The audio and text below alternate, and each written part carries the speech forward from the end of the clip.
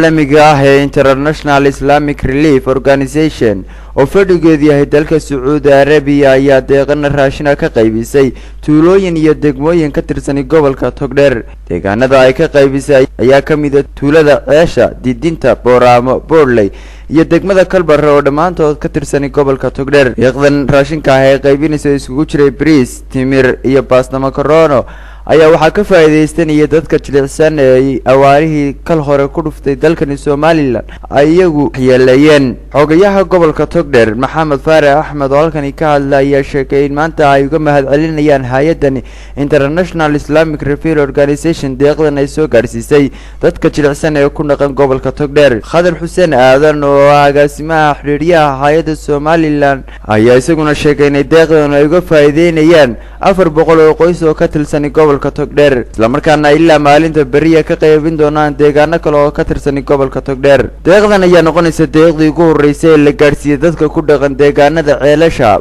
Booramo, Didinta, Boorley iyo degmada Kalbarre oo ka tirsan gobolka Togdheer. Safar Abdullaahi, Burco Online.